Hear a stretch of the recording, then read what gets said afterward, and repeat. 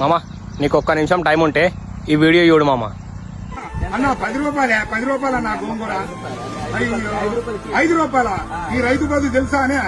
ఈ రైతు పత్తి పండించినా, మిర్చి పండించినా, శనక్కాయ పండించినా, ఏం పండించినా ఏం ఫలితం ఉంది ఆ రైతు కాడ? అరే రైతు బాధ తెలుసానే అన్న? ఇది ఒకటి తెలుసా? రైతు బాధ తెలుసా? నేను పంట పండించిన రైతు పత్తి ఏ ఫలితం లేకుండా ఉంది. రైతునయ్యి పుట్టినాను, రైతునయ్యి పెరిగినాను, రాయినయ్యి నేను పుడితే రంది లేకుంటుందనయ్యా.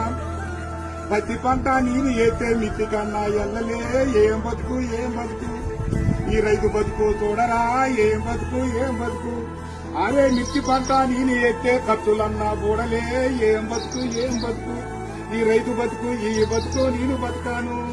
పల్లెరుగా ఎల్లో పలుగురాలా చేరు కాడ పాములు తెల్లల్లా తిరిగి ఎద్దులాగా ఎత్తునాగి వానగుంటల నీళ్లు దాగి ముళ్ళ కంచాలెక్కి దూకితే గడ్డి మోపే గొంగడాయే పెంటగడ్డే పక్కల ఎత్తుని అమ్మ బతుకు.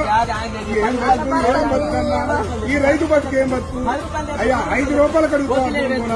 6 నెలల బట్టి సాగుతోని నీ ఇంటికి వచ్చి బండి నీళ్ళు 5 రూపాయల కోసం అడుగుతావు. ఈ రైతు బతుకు ఎక్కడైనా చూసుకోలేవా? అయ్యయ్యా ఎందుకు మామ ఇట్లా అన్నం పెట్టే రైతు దగ్గర బేరం ఆడతారు? మీరు ఒక రెస్టారెంట్ పోతారు, ఆడ ఎంత బిల్ అయితే అంతే కడతారు తప్ప నేను ఇంతే కడతాను ఎవరు చెప్పరు. అలాగే రైతే రాజు అని చాలా మంది అంటారు. రైతు ఎప్పటికి రాజు ఆడమామ ఇట్లుంటే మనం బేరం ఆడకుండా ఉంటే ఖచ్చితంగా రైతు రాజు అవుతాడు.